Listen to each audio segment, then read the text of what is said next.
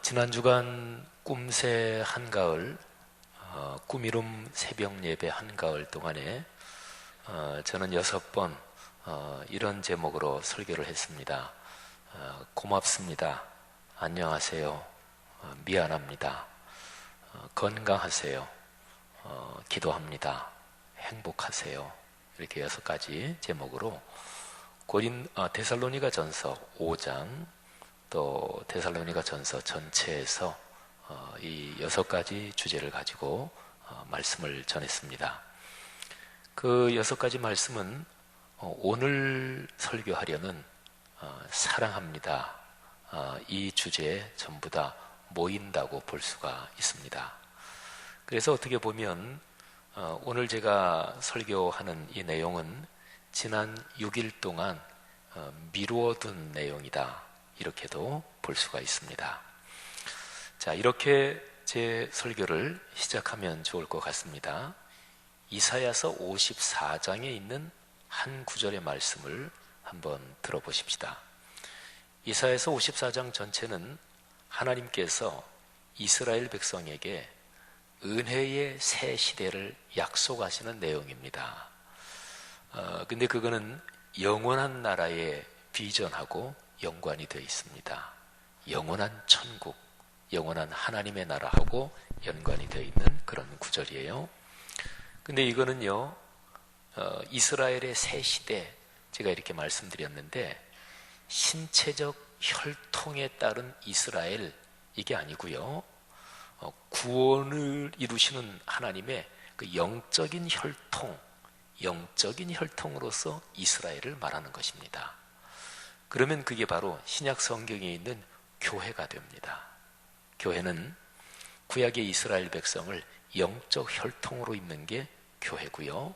그리고 이 교회를 통해서 하나님 나라가 우리가 사는 이 땅에서 이미 움직이고 있고 작동하고 있고 이미 이루어지고 있고요.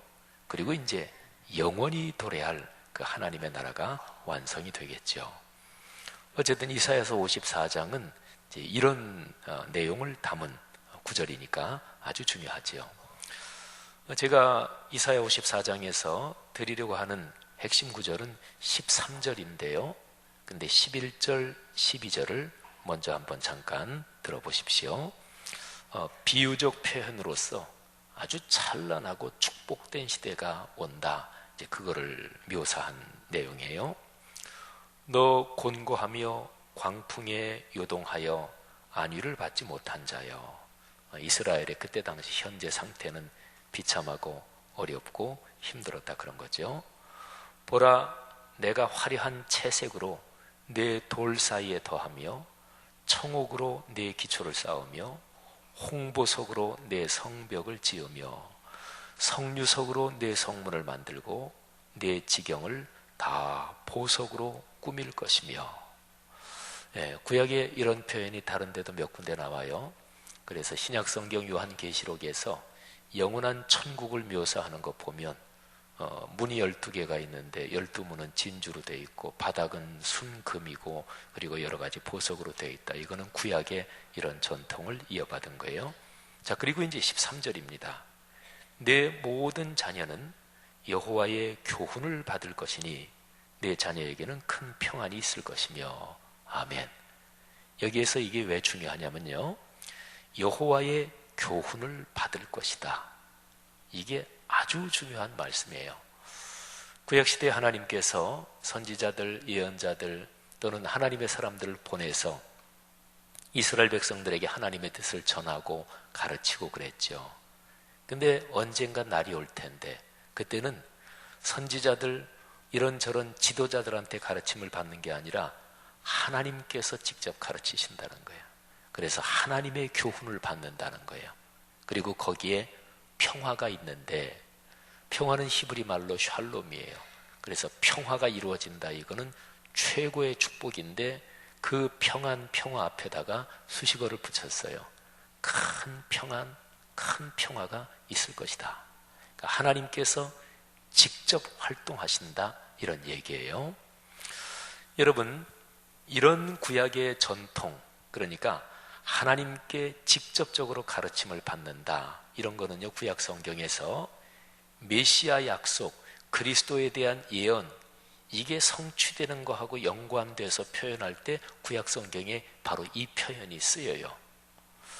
우리 성도들이 아마 들으면 아는 분이 많으실 예레미야 31장 31절부터 34절에도 바로 이런 표현이 있습니다. 31절, 여호와의 말씀이니라. 보라, 날이 이르리니 내가 이스라엘 집과 유다 집에 새 언약을 맺으리라. 유명한 말씀이에요. 요 새 언약, 바로 요 구절에서 신약이라는 말이 나온 거니까 아주 유명하지요.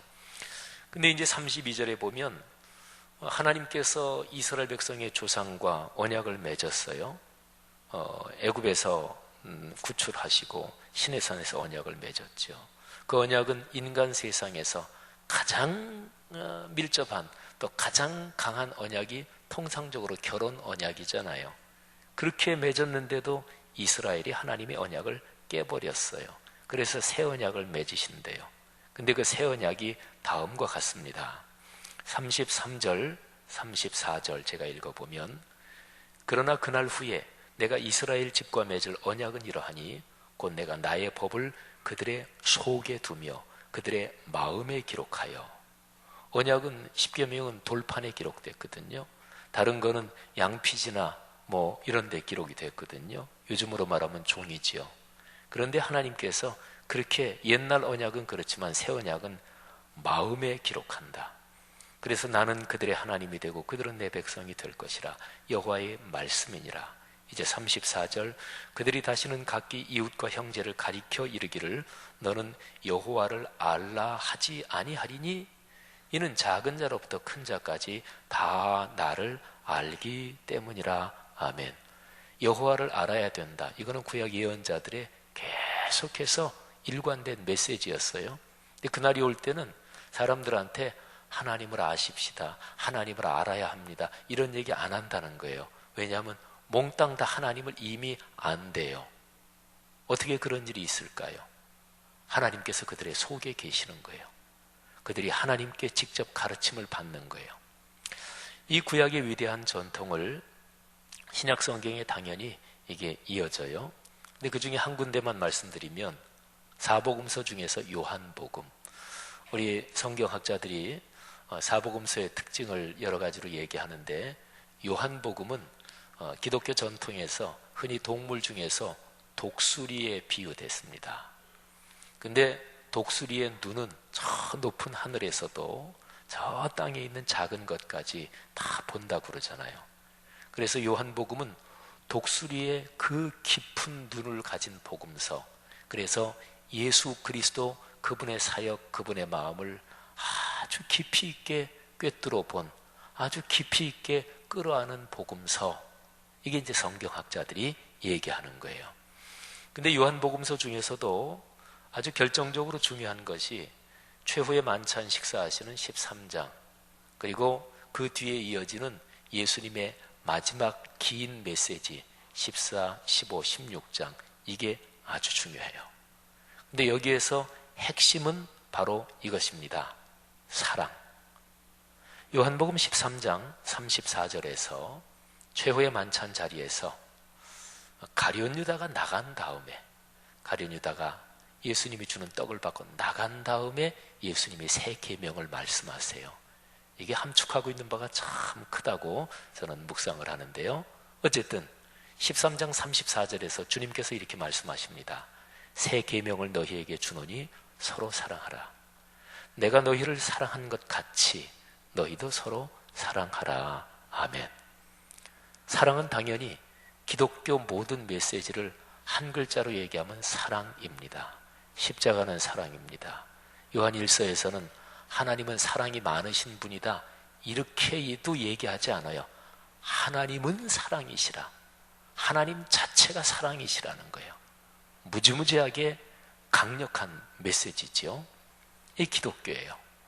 예수님이 새 계명을 주신다 그랬는데, 그러면 구약의 모든 율법은 이제는 쓸데없다, 그거는 휴지 조각이다, 그러신 것일까요? 그게 아닙니다. 모든 그 율법을 한마디로 요약하면 사랑이다. 그래서 그 사랑을 강조하시는 거예요. 자, 이제 보세요. 요한복음 14장부터 16장에서 제가 몇 구절을 읽는데 여기 보면 이해가 잘 안 되는 구절이 있어요. 사실은 조금 자세히 들여다보면 이건 진짜 이해가 안 된다, 이런 구절이 있어요. 근데 그것마다 사랑으로 풀면 다 풀려요. 14장 12절 말씀, 예수님이 이런 말씀을 하십니다. 내가 진실로 진실로 너희에게 이르노니 나를 믿는 자는 내가 하는 일을 그도 할 것이요. 이것만도 어떻게 우리가 예수님 저 하신 거를 우리가 어떻게 해요? 그런데 그보다 큰 일도 한다. 근데 이유는 내가 아버지께로 간다. 그게 무슨 얘기일까요? 아버지께로 가서 하늘로 오르셔서 성령을 보내신다는 거예요. 그래서 14장 16절 17절에 보면 내가 또 다른 보혜사를 너희에게 준다. 그런데 그 보혜사 성령이 오시는데요, 17절에 보면 그는 너희와 함께 거하신다. 근데 너희 속에 계신다. 아까 예레미야서 말씀 들었잖아요. 아예 우리 속에 계신대요. 20절에 결정적인 구절인데요, 그날에는 내가 아버지 안에 너희가 내 안에 내가 너희 안에 있는 것을 너희가 알리라. 아버지와 그 아들 예수 그리스도께서 삼위일체의 신비 가운데 한 분이신데 그 안에 우리를 끌어 초청하시는 거예요. 놀라운 일이지요. 이게 구약에서 하나님께서 직접 가르치신다, 여호와의 교훈을 직접 받는다, 그리고 하나님께서 우리 안에 계신다, 이게 이제 요한복음으로 쭉 이어지는 거죠. 26절에 하나님이 직접 가르치신다는 얘기가 나와요. 아버지께서 내 이름으로 보내실 성령, 그가 너희에게 모든 것을 가르치고, 성령께서 직접 가르친다는 거예요. 15장으로 가면 유명한 구절이 있죠. 포도나무의 비유. 포도나무가 그 가지가 붙어 있는데 가지가 포도나무에서 끊어져 있으면 열매를 맺을 수 없다. 주님께서 말씀하십니다. 그가 내 안에 내가 그 안에 거하면 사람이 열매를 많이 맺는다. 이게 바로 그거예요. 주님이 우리 안에 계신다는 거예요. 그래서 10절에 보면 계명이란 말을 들을 때마다 우리는 사실은 마음이 좀 무거워요. 계명 지켜야 된다, 안 지키면 벌 받는다, 뭐 이런 게 즉각 생각이 들죠. 그런데 계명을 얘기하시되 사랑 안에서 사는 것을 얘기하십니다. 15장 10절인데요. 내가 아버지의 계명을 지켜 그의 사랑 안에 거하는 것 같이, 거한다, 산다는 거예요. 그 아버지의 사랑 안에서 사는 것 같이 너희도 내 계명을 지키면 내 사랑 안에서 살리라. 12절로 내려가서 내 계명은 내가 너희를 사랑한 것 같이 너희도 서로 사랑하라 하는 이것이니라. 아멘. 여러분, 성경 말씀을 내가 지키지 못한다 그래서 비틀지 마세요. 내가 지키지 못한다 그래서 나한테 편하게 조금 꺾지 마세요. 성경에서 말하는 사랑은 이런저런 잡다한 사랑이 아닙니다. 그것은 바로 예수 그리스도께서 우리를 사랑하신 것 같은 바로 그 사랑을 말합니다. 17절에 내가 이것을 너희에게 명하면 너희로 서로 사랑하게 하려 함이라. 아멘. 16장으로 넘어가면은요, 기쁨에 대해서 얘기해요. 보라, 너희 마음이 기쁠 것이다. 지금은 근심하고 있지만 앞으로 기쁠 것이다. 너희 기쁨을 뺏을 자가 없을 것이다. 그리고 그 기쁨의 날이 되면 너희가 아무것도 나한테 묻지 않을 것이다. 왜? 성령께서 안에서 가르치니까. 그래서 24절에 기도를 이렇게 얘기해요. 지금까지는 너희가 내 이름으로 아무것도 구하지 아니하였으나 구하라 그리하면 받으리니 너희 기쁨이 충만하리라. 아멘. 여러분, 기도가 뭐냐면요, 우리 그리스도인이 늘 기도하니까 늘 그렇게 기도했지. 근데 구약의 기도하고 신약의 기도는 달라요. 같지 않습니다. 구약의 기도는요, 하나님께 직접적으로 가닿는다, 그걸 하기보다도 말하자면 제사 구조를 통해서 이렇게 전달되고 이러는 거라고 볼 수가 있어요. 물론 직접 드리는 기도가 있어요. 근데 예수 그리스도께서 이 땅에 오시고 구세주 예수 그리스도께서 십자가 사건을 통과하셔서 하늘로 승천하시고 성령이 오셔서 성령이 우리 안에 계시고, 말하자면 하나님께서 우리 안에 계시고 하나님께서 직접 가르쳐 주시고, 바로 여기에서 예수 그리스도가 기도를 말씀하시는데, 이거는 창세기로 구원의 역사에서 구조적으로 보면 새로운 기도예요. 위대한 축복을 하나님이 열어놓으시는 거예요. 기도가 무엇입니까? 하나님과의 직접적인 교제입니다. 만남입니다. 그리고 그 통로를 통해서 하늘의 기쁨, 평화가 우리한테 강물처럼 흘러 넘치는 거예요. 할렐루야. 사랑하신 여러분, 바로 하나님께 직접 가르침을 받는다. 하나님이신 성령님이 우리 안에 계셔서 직접 가르쳐 주시고 그분께 기도하고 하늘의 기쁨이 넘친다. 이게 성취된 모습. 그게 바로 데살로니가의 성도들입니다. 데살로니가 전서 4장 9절 아주 중요합니다. 형제 사랑에 관하여는 너희에게 쓸 것이 없음은 너희들 자신이 하나님의 가르치심을 받아 서로 사랑함이라. 아멘. 바로 이 구절입니다. 사실은 이사야서 54장 13절 말씀, 여호와의 교훈을 받을 것이다 요구하고, 데살로니가 전서 4장 9절, 데살로니가 성도들이 하나님의 가르치심을 받고 있다. 이 두 개를 연결하느라고 제가 쭉 성경의 문맥을 말씀을 드린 거예요. 데살로니가 성도들은 하나님의 가르치심을 받고 있었습니다. 현재 진행형으로. 사도 바울이 복음을 전했지요. 사도 바울이 가르쳤지요. 사도 바울이 신앙 훈련을 시켰지요. 하지만 여기서 바울은 여러분들이 하나님의 가르치심을 받고 있습니다. 그래서 서로 사랑한대요. 하나님의 가르침을 받는 사람이 사랑하지 않을 수 있을까요? 아니요, 그럴 수는 없어요. 이건 하나님의 가르침을 받는 것처럼 보이지만 아닌 거예요. 하나님은 사랑 자체이셔요. 하나님의 가르침을 받으면 그 사람은 사랑이 그 사람의 삶 속에 흐르기 시작해요. 예수님께서 요한복음 13장 34절에서 말씀하신 게 바로 그거지요. 새 계명을 너희에게 주노니 서로 사랑하라. 자, 근데 그 사랑이 어떤 사랑일까요? 우리가 꾸미름 새벽 예배 6일 동안 계속해서 암송하면서 선포하면서 고백한 데살로니가 전서 5장 15절부터 23절에 있는 게 바로 그 사랑이에요. 보세요. 15절에 삼가 누가 누구에게든지 악으로 악을 갚지 말게 하고 서로 대하든지 모든 사람을 대하든지 항상 선을 따르라. 사랑은 그런 거예요. 서로 대할 때, 나랑 가까운 사람 대할 때, 교인끼리 대할 때, 나랑 같은 편끼리 대할 때 그분 사람들만 사랑한다. 주님께서도 말씀하셨죠. 죄인들도 그렇게 한다. 원수도 사랑하라 주님께서 말씀하셨잖아요. 그래서 데살로니가 전서 5장 15절에서 서로 대하든지, 그 다음이 중요해요. 모든 사람을 대하든지. 예수 안 믿는 사람들도 사랑하고, 우리 내부자만이 아니라 외부자도 사랑하고, 인간 세상에 살면서 내 편 이게 독하게 내 편 가르는 거 말고 어느 정도 그룹은 있는 게 뭐 자연스럽잖아요. 근데 내 그룹이 아닌 사람도 사랑하고, 그래서 어떤 사람을 대하든지 항상 선을 따르라. 항상, 이거는 100%를 의미하는 단어예요. 이런 단어를 보면 그리스도인이 습관적으로 깎기를 잘해요. 항상. 인간으로 힘들거든요. 나한테 불편하거든요. 그러니까 살짝 이거를 강도를 낮춥니다. 되도록이면 선을 따르라. 아닙니다. 성경은 그렇게 말씀하지 않았어요. 항상 선을 따르라. 여러분, 창세기 12장 1절부터 4절에 보면 하나님이 아브라함을 부르시는 장면이 나와요. 그거는 성경 전체 맥락에서 가장 중요한, 손가락 딱 5개 들고 성경 전체에서 창세부터 요한계시록까지 제일 중요한 5구절 꼽아라 그러면 창세기 12장 1절부터 4절이 들어가요.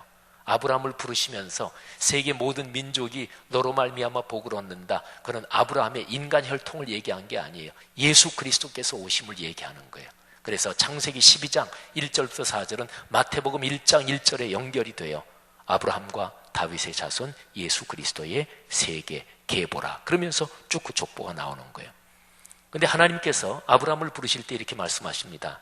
내 고향과 친척과 아버지의 집을 떠나라. 혈연과 지연을 떠나라. 인간에게 가능한가요? 불가능합니다. 근데 그거를 넘어서야 된대요. 혈연과 지연을 넘어서야, 그래야만 모든 사람을 품어요. 데살로니가 전서 5장 15절 말씀이 그거예요. 예수 그리스도는요, 당신이 사역을 하실 때 반대자들에게 계속해서 공격을 받은 거 말고 내부자들한테 공격을 받으셨어요. 제자들한테 공격을 받으셨고, 가장 대표적인 게 가룟 유다에게 공격을 받으신 거예요. 가룟 유다가 돈 때문에 예수님 팔았다. 그는 성경학자들, 소설가들의 상상 말고요, 성경학자들의 연구에 따라도 돈이 목적은 아니었어요. 돈이 목적이면 노예 한 사람 값 은 30만 받았을 리가 없죠. 바리새인 또는 사두개인들이 예수님 죽여버리려고 얼마나 방법을 찾았는데 워낙 많은 사람들이 따르니까 당장 죽일 수는 없고, 그런데 내부 배반자가 생기니까 얼마나 좋아요. 돈 30이 아니라 300이라도 줬을 거예요. 근데 유다는 30만 받아요. 유다의 속셈은 무엇이었을까요? 예수 저 양반이 우리 혈통적 이스라엘의 지도자가 돼야 되는데, 근데 가만히 저 양반을 보니까 그게 아니야. 저 양반이 가는 길이. 유다는 이 머리가 빨리 돌아가는 사람이에요. 그래서 저 양반을 막다른 길로 몰아붙이면, 저 양반은 기적을 행할 수 있는 능력이 있는 분이니까 막다른 길로 몰아붙이면 저 양반이 기적을 행하면서 이스라엘, 혈통적 이스라엘의 지도자가 될 것이다. 그게 유다가 바랐던 것이다. 이 정도로 넘어가면 이제 소설가들의 상상력도 들어가는 이제 시작되는 시점이지만, 성경 주석적으로도 이거는 충분히 가능한 얘기고, 예수님의 제자들 중에서 열심당 독립운동가들이 있었어요. 그 사람들은 칼을 차고 다녔어요. 사랑하신 여러분, 예수님이 힘드셨던 게 무엇일까요? 반대자들의 공격? 살아가면서 반대자들의 공격은 별로 힘들지 않아요. 세상에는 어차피 이게 집단 간의 갈등이 있으니까. 근데 내부자의 공격이 제일 힘들어요. 내부자의 공격. 그거는 바로 예수님이 모든 사람을 어떻게 다 품습니까? 우리 민족의 지도자가 돼야 되지 않습니까? 우리가 남입니까? 이런 거죠. 예수님은 그거를 거절하셨어요. 왜? 그거 넘어서야 모든 사람을 품으니까. 기독교가 세계에 있는 여러 가지 종교 집단 중에 한 종교예요. 그러면 기독교 믿는 사람들이 똘똘 뭉치는 거죠. 그러니까 종교들끼리 전쟁하는 거잖아요. 예수 그리스도께서 가르치신 교훈이 겨우 그 정도라고요? 아닙니다. 그건 기독교가 아니에요. 그래서 예수를 믿는 사람이 공격적으로 된다. 그 사람은 성경 오해하고 있는 거예요. 우리 교회, 우리 이렇게 된다. 그것도 성경을 오해하고 있는 거예요. 그냥 그 교회도 다 종교 집단처럼 우리 교회 커지자. 언제 성경에서 그렇게 말했어요? 복음을 땅끝까지 전하라 그랬지. 사랑하신 여러분, 데살로니가 전서 5장 15절, 서로 대하든지 누구를 대하든지 모두를 대하든지 항상 선을 따르라. 성경에서 말하는 최고의 선이 무엇일까요? 당연하죠. 사랑. 근데 힘들잖아요. 불가능하잖아요. 방법이 있을까요? 16, 17, 18절 그게 방법이에요. 항상 기뻐하라, 쉬지 말고 기도하라, 범사에 감사하라. 중간에 기도가 있어요. 기도는 하늘의 능력을 빌리는 거예요. 하나님의 힘을 얻는 게 기도잖아요. 기도가 방법이에요. 기도를 통해 기쁨과 감사가 넘치는 것입니다. 데살로니가 성도들이 그랬어요. 그들은 무서운 핍박을 받았거든요.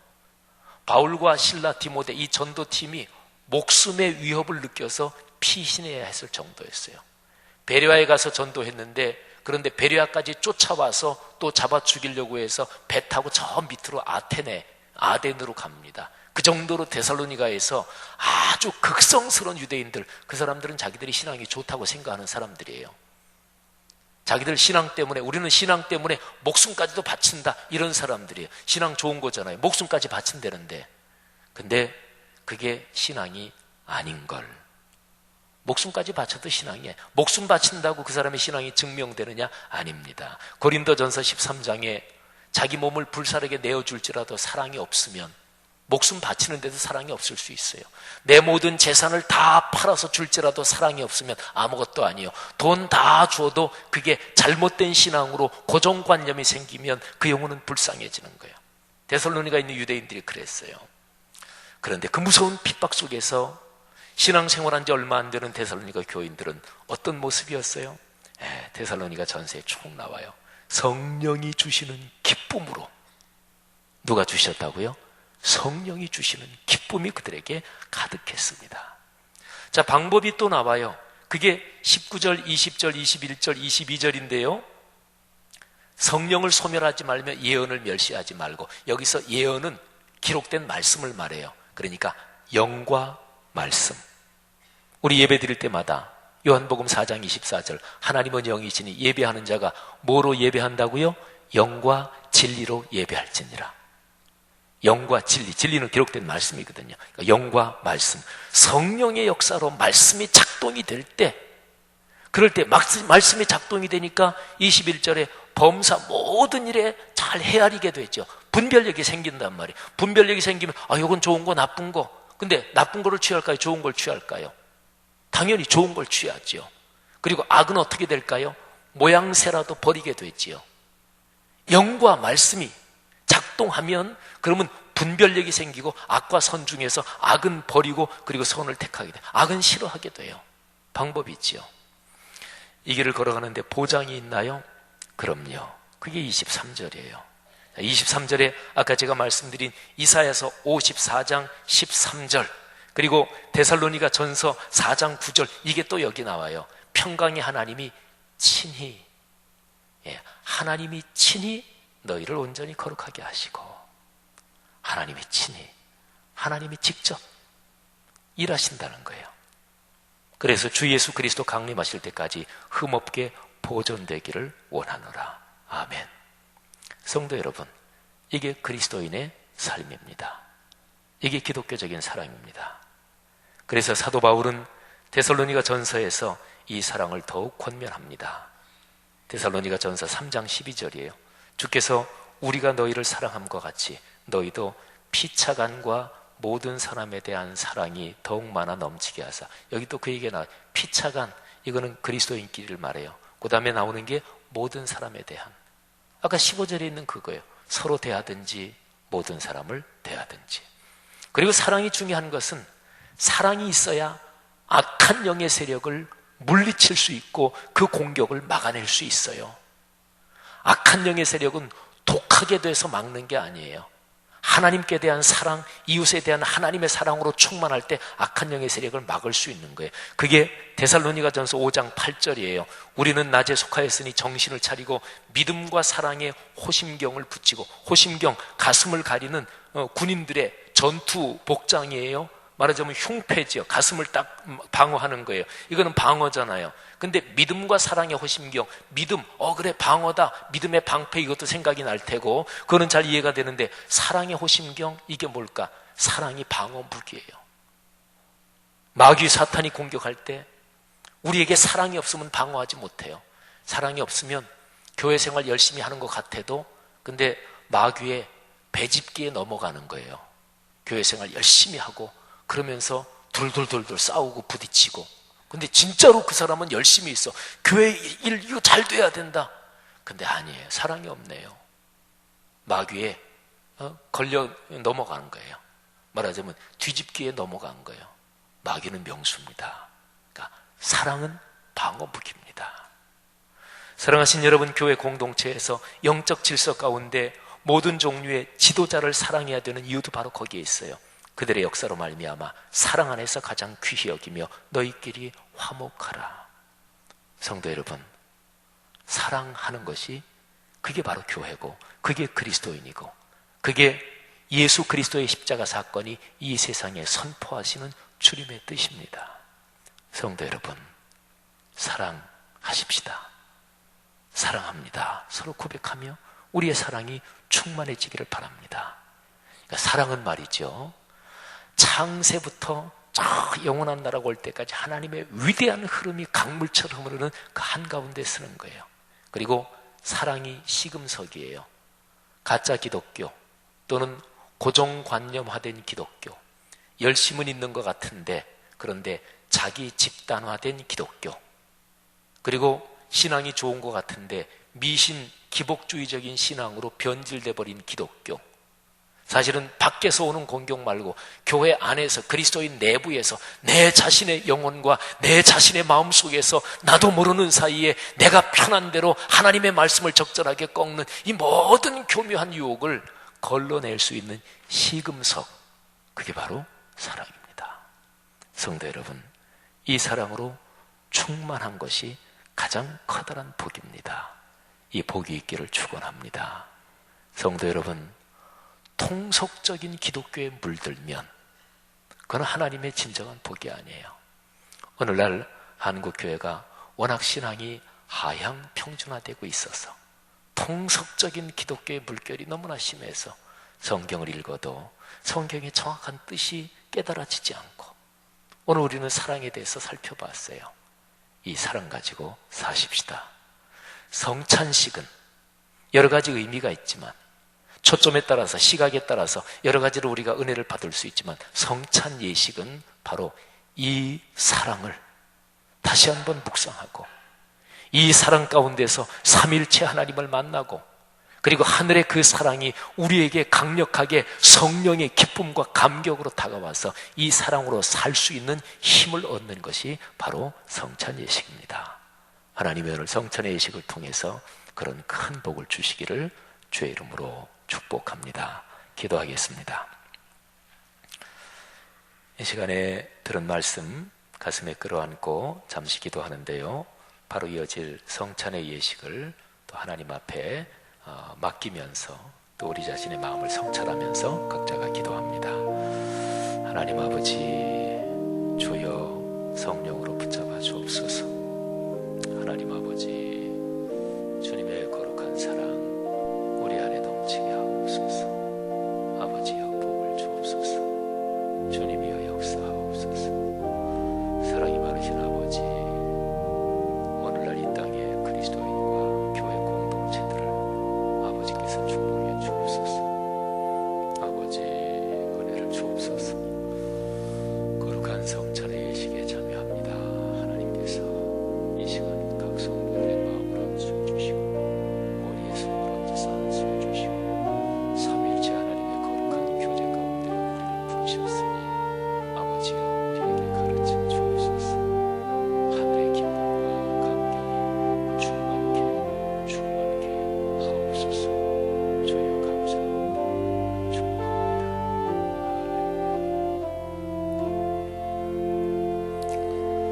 하나님 아버지, 은혜를 감사합니다.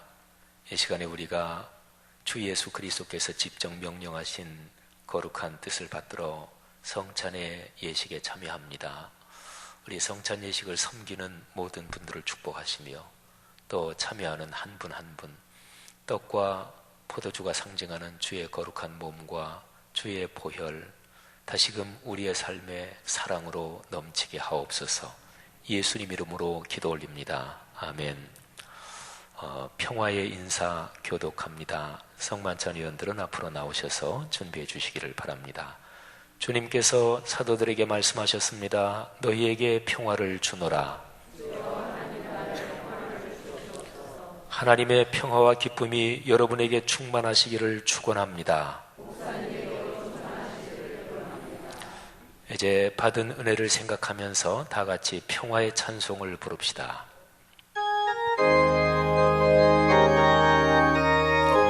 평화 평화로다. 평화로다.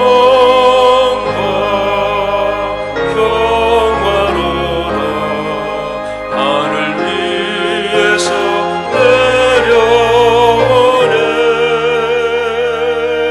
그 사랑의 물결이 영원토록 내 영혼을 덮으소서. 배찬의 말씀 교독하겠습니다. 우리가 떼는 이 떡은 여러분을 위해 주신 그리스도의 몸입니다. 우리가 마실 이 포도주는 여러분에게 주신 그리스도의 피입니다. 우리 성찬위원들은 단위로 올라오셔서 떡과 잔을 받으시기를 바랍니다. 분병의 말씀, 분잔의 말씀입니다. 주님께서는 잡히시던 날 밤 제자들의 발을 씻기신 후 떡을 가지고 감사드리신 다음 이것은 너희를 위한 내 몸이니 이것을 행하여 나를 기념하라 하셨으니 이제 우리 다 같이 떡을 나눕시다. 아멘. 떡을 잡수신 후 또 잔을 가지고 이 잔은 내 피로 세운 새 언약이니 이것을 행하여 마실 때마다 나를 기념하라 하셨으니 이제 우리도 잔을 받읍시다. 아멘. 우리 회중 여러분들은 다 자리에서 일어나셔서 우리 성찬 위원들이 먼저 떡과 잔을 받고 내려가셔서 배종할 텐데, 떡을 먼저 받으시고 그 다음에 잔을 받으시고, 둘 다 받으신 분은 조용히 앉으셔서 삼위일체 하나님의 교제 가운데서 묵상하시고, 또 하나님이 사랑으로 여러분을 축복하시는 것 깊이 그 음성에 귀를 기울이시기를 바랍니다.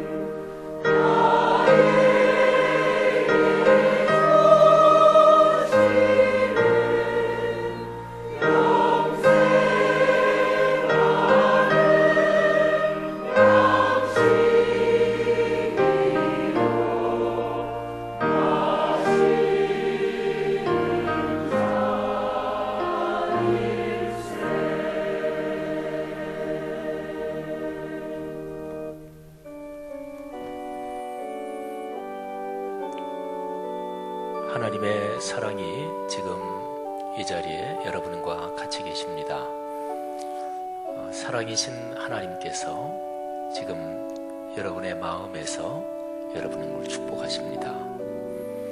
삶의 어떤 어려운 문제든지 하늘의 사랑, 하나님의 사랑, 그 사랑이 있으면 다 넘어서고 이겨낼 수 있습니다.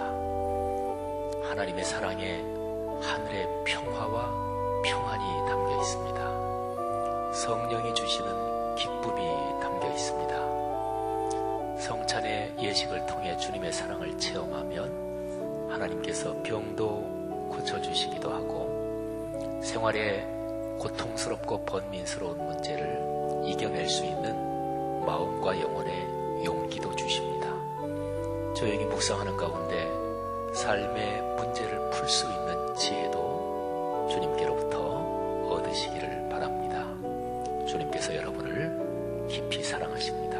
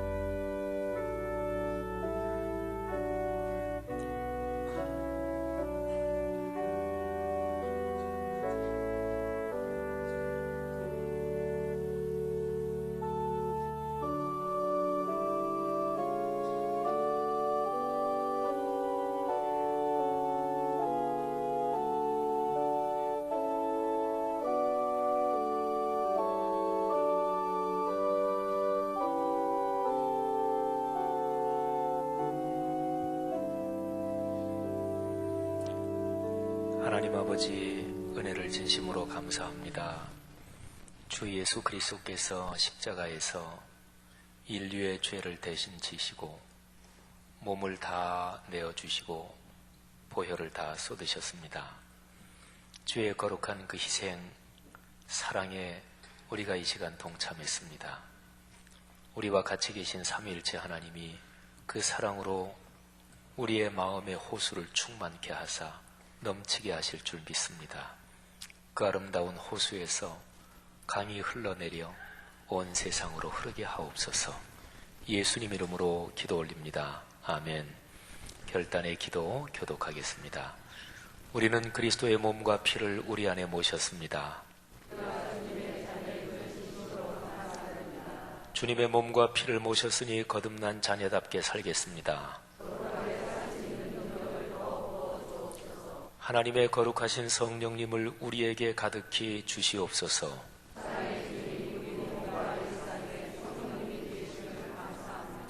형제자매들이여, 우리에게 구원의 비밀을 깨닫게 하신 주께 간구합시다.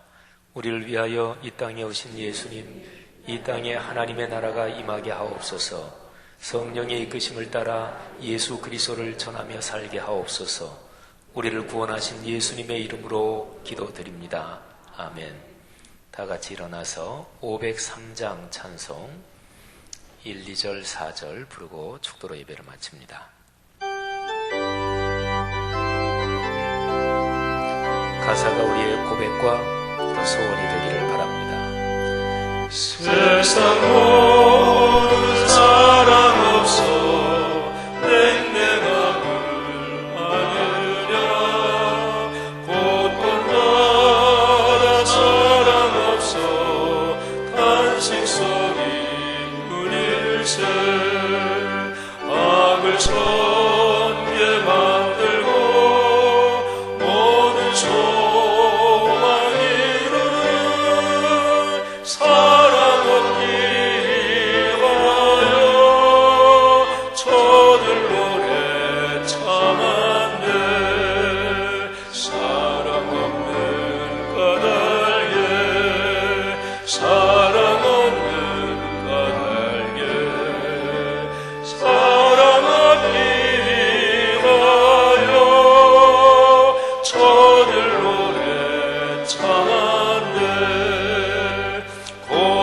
곳곳마다 번민함을 사랑 없는 연로요. 지근하게 손을 펴고 사랑받기 원하네. 어떤 이는 고통과 근심 걱정 많으니 사랑 없는 까닭에 저들 노래 참아봐.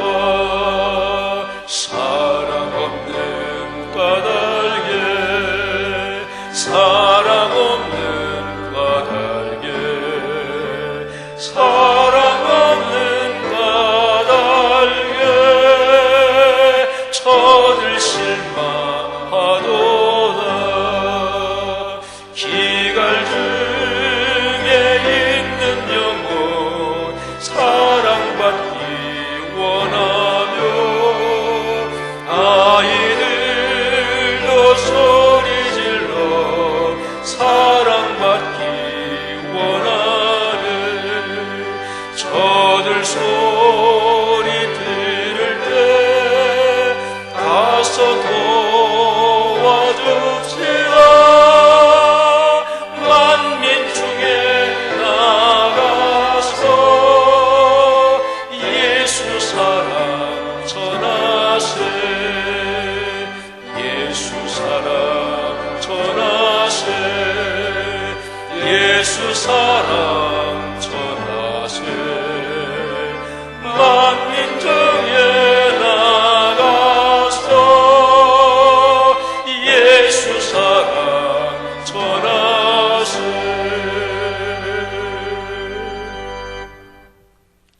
하나님, 토막난 사랑, 그리고 그을린 사랑, 왜곡되고 비틀린 사랑, 하나님의 사랑이라고들 얘기하지만 사실은 아닌 사랑들, 주여 우리 안에 있는 그런 것들을 용서하시며 깨끗게 하심을 믿습니다.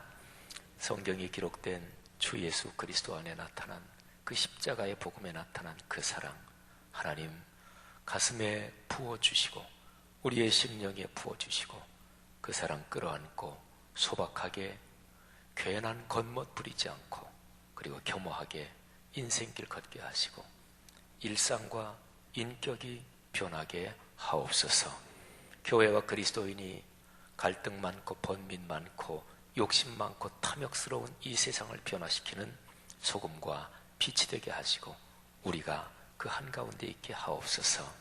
들은 말씀 감사합니다. 예물 주 앞에 감사로 드렸습니다. 11조 그리고 감사헌금, 선교헌금, 장학헌금, 건축헌금, 삶에 하나님이 주신 축복을 따라 감사하며 드린 헌금들, 여기에 우리의 몸과 마음과 영혼도 같이 담사오니 주여 받아 주옵소서. 예수 그리스도의 은혜와 하늘아버지의 사랑하심과 늘 함께 하시는 성령의 동행하심이 하늘 백성 머리머리 위에 그리고 오늘의 세계 위에 지금부터 영원히 같이 계시기를 축원하옵나이다. 아멘.